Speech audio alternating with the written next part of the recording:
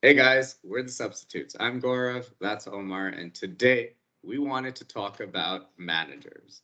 They guide our clubs in certain directions, sometimes into ruin off a cliff, and sometimes to the highest mountaintops. It's all entertaining, but the best thing managers can be known for is a good, moaning, whiny, complaining quote. So today we wanted to look at who are the whiniest managers in Europe right now. So I thought there's no one better to start us off here with Omar. Who's your first vote getter, Omar? And give me some nice little quotes. Three, three titles, three trophies, more than any other Premier League manager. Three. It has to be Mourinho, doesn't it? Like the man's getting a lot of love lately, and look, I do love Mourinho, but my God, when that guy whined, he really, really whined. And the one thing that I didn't like about Mourinho is that if he was winning, he'd like to take all the credit. I'm a genius. This is me. I'm amazing. I'm a special one. But when he's losing, he just starts throwing everyone under the bus. Whether it's a doctor who's running onto a pitch, or whether it's going after Luke Shaw for telling him I am his brain and he's just doing what I tell him to do after the guy came back from a horrific leg injury. Don't get me wrong, I think at his time he was a brilliant manager. He was a very forward-thinking manager, attacking manager. But my God, when he went to Inter and he's like, I can just defend now and this is how I want to play, and he was spurned by Barcelona, I think that really hurt something deep inside his soul. But just remember, he has three titles, three Premier Leagues, three. Yeah, man. I think Jose is a good shout. I think Jose is a great shout. Um, I went for Conte as my first Ooh. pick. I think I Especially I after think today. yeah, I think the fact that the guy's actually taking a break for like health reasons, it's like nobody wanted to hear Conte come in with his Italian accent in the training ground, just cussing people out anymore. They're like, why don't you take a sabbatical?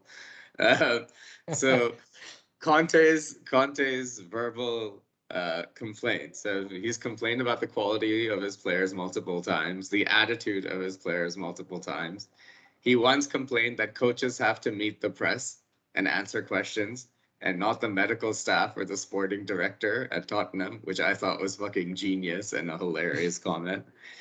He said the fans at Tottenham can expect they deserve the best, and that means that could be anywhere between fourth to eighth. He complained. Yeah. he complained about the vision of the club, saying that he didn't realize what the vision of the club was. This is 7 months after taking the job at Tottenham. He complained when Diego Costa didn't. When Diego Costa was linked with the move to China, and it was apparently a big move in terms of like monies that Diego Costa could have made, and then didn't make the move. The move fell apart. But then he started bitching at Diego Costa on a weekly basis about how money isn't everything, which I which I thought was absolute fucking elite level trolling. And then very recently, he said it was normal for Mikel Arteta and Arsenal to have improved that much and to have gotten so good because you would naturally get better working with young players for 4 years consecutively. Just taking away all the effort and training and everything. Basically, as long as you don't sell anyone, they should be amazing in 4 years' time. You should be winning titles. Yeah, Antonio Conte, easily one of the most entertaining fucking human beings on the planet. Not to mention, like, the fact that he's had a hair transplant and shit that he talks about quite proudly as well. I mean, Well, amazing personality. I mean, you saw what he was before, and you see what he is now. Just a beautiful head of hair, Gaurav. One thing that if I ever go bald, I'm definitely following Conte. Hopefully not his whininess, but I'll do it. I think he's definitely Mourinho's spiritual successor this generation as like Yeah. the successful manager. But now I've got one who I genuinely think is Sir Alex Ferguson's spiritual successor in this day and age. Not quite the level of I'll change the shirts at halftime because the players can't see each other, but he has come out with some absolutely spectacular quotes. When they threw away a 2-goal lead to West Brom in 17-18, Klopp said the pitch got drier and drier, and he just kept making that was just one excuse. When they lost to the Everton in the Merseyside derby in 2019, you cannot play football in this heavy wind.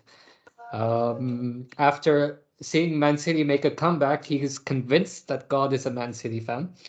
Um, after Man United lost 3 players in the opening 43 minutes and Liverpool couldn't really perform, he blamed it on a loss of rhythm because the players of the opposing team got injured. I remember that one. That was so That was brilliant. amazing. Even I In laughed the at that one. I was like, in the yes, Jurgen, go. It's very much a very Fergie thing to say, by the way. It's very much a Fergie thing to say. When he FA Cup loss in 2020 to Chelsea, apparently their ball was shaped in a certain way that was why they couldn't really hit the ball properly. And when they didn't get a penalty in a game a couple of years ago, he started complaining that the Man United get more penalties. And yeah, and since then, I'm quite bitter about this one. Man United haven't got many penalties since. So thank you, Jurgen. We could have used a couple of penalties in the last few weeks. He's brilliant. He's brilliant. Look, when he's winning, he's so lovable. But when he's losing, my God, he just blames everyone and everything. But he he's doesn't throw the even when players he's under the bus. losing, So I appreciate that. I do even when he's appreciate that. losing, he's still quite lovable. I got a giggle out of all of those quotes. The guy that I will say is fucking same level, but should have no fucking reason to whine is Pep Guardiola. So I want to I want to preface this by a quote from Guardiola himself. In football, the worst things are excuses. After always and he said this after always making like excuses about having too many players out injured and not winning a title. He said, "The worst things in football are excuses." I now give you other quotes from Pep Guardiola. Everyone in this country supports Liverpool, the media and everyone, because Liverpool have an incredible history in European competition. Not in the Premier League, because they've only won one in 30 years, but this is not a problem for me at all. He said this in 2022.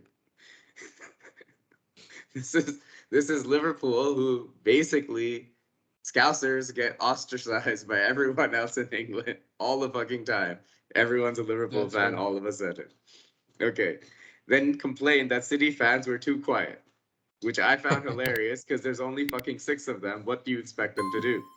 Then he complained that his players don't have enough desire, which I found fucking hilarious. Last year in the winter window, he said, "We cannot afford another striker." Then proceeds in the next couple of days to bid 100 million for Harry Kane and then sign Grealish for 100 million pounds that window. I remember that. I remember that. So Like the bald fraud, man. This guy, after having every fucking resource known to man available, how are you still moaning about something or another every fucking week, bro? Every week he finds something. look, Not to mention, too. That was absolutely brilliant. It's still one of the best gifts I've seen. oh, it's the best. All right.